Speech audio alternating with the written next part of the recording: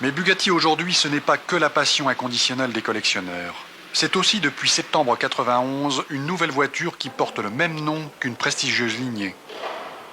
À Campo Galliano, près de Modène, dans un cadre architectural hors du commun, plus d'une centaine d'ingénieurs travaillent sur la EB110, un coupé de sport de 12 cylindres, développant 550 chevaux, grâce à 4 turbos et pas moins de 60 soupapes.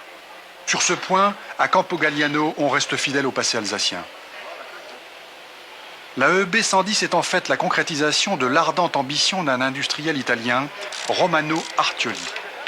Ce dernier s'est donné pour mission de réaliser un coupé très performant et de haute technologie, et cela dans l'esprit des Thor Bugatti. C'est-à-dire en concevant une voiture de compétition séduisante et avec laquelle on puisse toutefois circuler en ville. Une gageure moins facile à concrétiser que dans le passé, et pour laquelle Romano Artioli, qui aime le faste comme Thor Bugatti, s'est donné tous les moyens, et même de grands moyens. Mais on ne ressuscite pas une marque disparue il y a un demi-siècle, uniquement en rachetant son sigle, même si le dernier fils d'Hector, Michel Bugatti, apporte sa caution morale à l'aventure. Romano Artioli en est parfaitement conscient, l'esprit Bugatti, c'est l'alliance de l'esthétique et de la technologie d'avant-garde.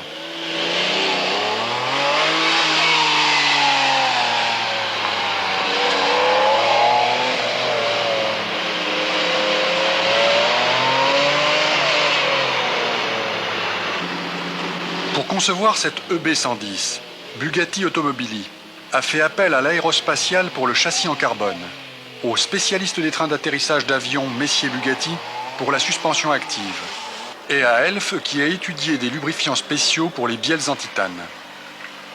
Une autre chose rapproche Romano Artioli des Thor Bugatti. Les prix de ces voitures atteindront des sommets.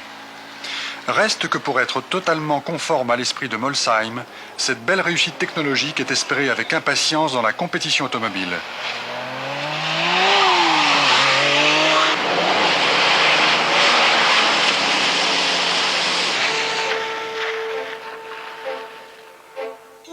Après une entrée médiatique dans le monde, par quelques tours de roue sur les Champs-Élysées, la EB110 est dorénavant attendue face à la légende de son nom emblématique.